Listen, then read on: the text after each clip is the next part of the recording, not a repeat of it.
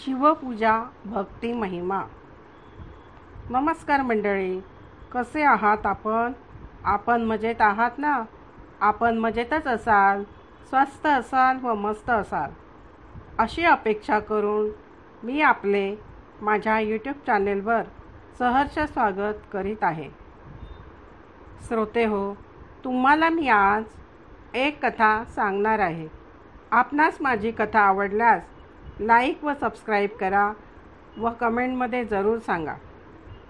चला तर मग श्रोते हो, आपण कथा जाणून घेऊयात. श्री शंकर भट्ट कृष्णा नदी ओलांडीत असताना धर्मगुप्त नावाचे ग्रहस्थ त्यांना भेटले. तेही कुरवपूरला श्रीपादांच्या दर्शनासाठी येत होते. बोलता बोलता कळले की ते वैश्य असून पिठापूरच्या व्यंकटप्पय्या श्रेष्ठीचे नातलग आहेत. मी थक्कच झालो. मला भेटणारे श्रीपाद, श्री वल्लभांचे सर्व भक्त, श्रीपादांचे दिव्य चरित्र, त्यांच्या दिव्य लीला व त्यांचा महिमा व त्यांच्याविषयीच्या अद्भुत घटना सांगत असत. प्रत्येक घटनेतून चित्रविचित्र अशा अनेक गोष्टी कळत होत्या. श्रींच्या दिव्य चरित्रामध्ये प्रत्येक वर्षी काही विशेष घटना घडत होत्या, पण त्या सगळ्या वेगवेगळ्या होत्या, एकात एक मिसळणाऱ्या नव्हत्या. प्रत्येक घटना विलक्षण व कधीही न ऐकलेली होती. मला आतापर्यंत, मला म्हणजे शंकर भट्टाला 10 वर्षापर्यंतच्या कथा भक्तांकडून समजल्या होत्या. माझ्याशी बोलताना धर्मगुप्त म्हणाले, अहो शंकर भट्टा, मी शिवभक्त. श्रीपादांना 11वे वर्ष लागले होते. पिठिकापूरला एक शिवयोगी आले होते. ते मोठे सत्पुरुष होते. ते करतल भिक्षा घेत असत. त्यांच्याजवळ ताट किंवा वाटी कुठलेही पात्र नव्हते. ते दिसायला वेड्यासारखे दिसायचे. ते प्रथम कुकुटेश्वराच्या देवळात आले. धुळकट कपडे व बावळा वेश, त्यामुळे पुजारी त्यांना काही आत घेत नव्हता. देहभान नसलेला अवधूत होता तो. सतत पंचाक्षरी मंत्र म्हणत असे. घोड्यावर बसून मी व्यंकटप्पय्या श्रेष्ठींकडे जात असे. तेव्हा मार्गात लागणाऱ्या कुकुटेश्वराच्या दर्शनाला जायची माझी नेहमीची सवय होती. त्याप्रमाणे मी देवळात गेलो. मी गावचा सन्माननीय वैश्य होतो. तसेच जो पुजाऱ्याला भरपूर दक्षिणा देत असे, त्याच्या नावाची पूजा मोठ्या गुरुदक्षिणा घेऊन थाटामाटात ते पुजारी करत असत. मी 5 वराह देत असे. 5 वराह म्हणजे त्या काळातील चलन. ती दक्षिणा ते आपापसात वाटून घेत असत व मला म्हणत, तुमच्यासारख्या सदवैश्यांची सनातन धर्म रक्षणासाठी फार आवश्यकता आहे. इतक्यात बाहेर असलेला शिवयोगी आवेगाने आत आला. त्याच्यासोबत 2 नाग पण आत आले. पुजाऱ्यांची मोठी घाबरगुंडीच उडाली. शिवयोगी म्हणाले, पुजाऱ्यांनो, तुम्ही भिवू नका. तुम्ही ज्या कुकुटेश्वराची पूजा करताना त्याचेच हे अलंकार आहेत. पुत्र पित्याला मिठी मारतो, त्याप्रमाणे हे नाग कुकुटेश्वराला मिठी मारण्यासाठी आतुर झाले आहेत. ते आपले भाऊबंदच समजा. आपण आपल्या भावंडांना भिणे किंवा त्यांच्यापासून पळणे किंवा त्यांना मारणे हे महापापच ना.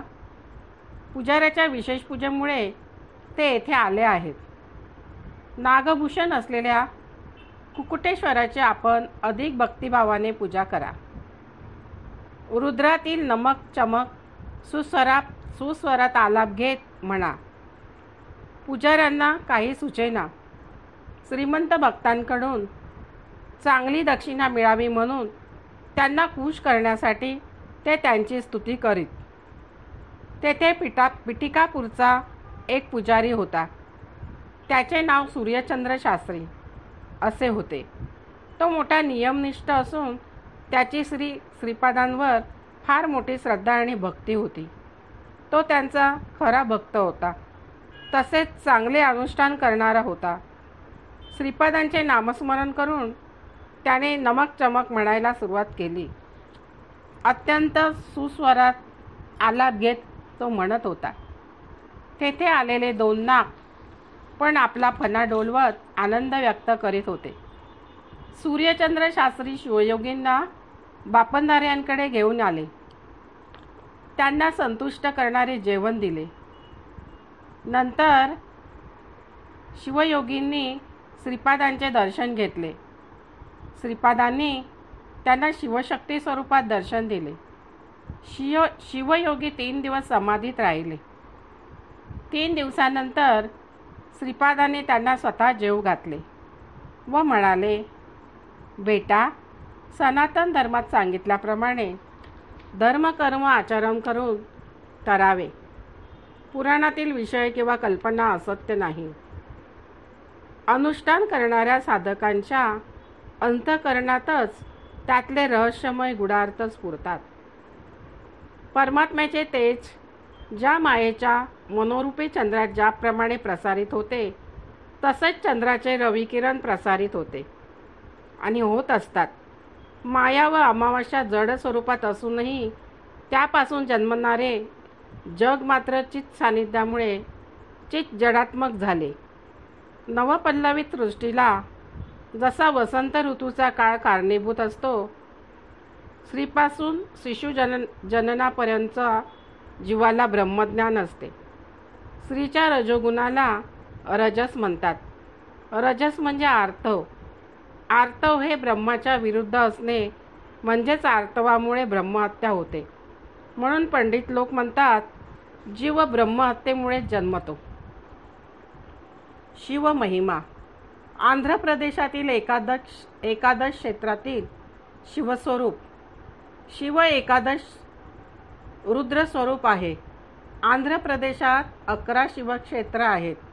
त्यांचे दर्शन पुण्य फलदायी आहे.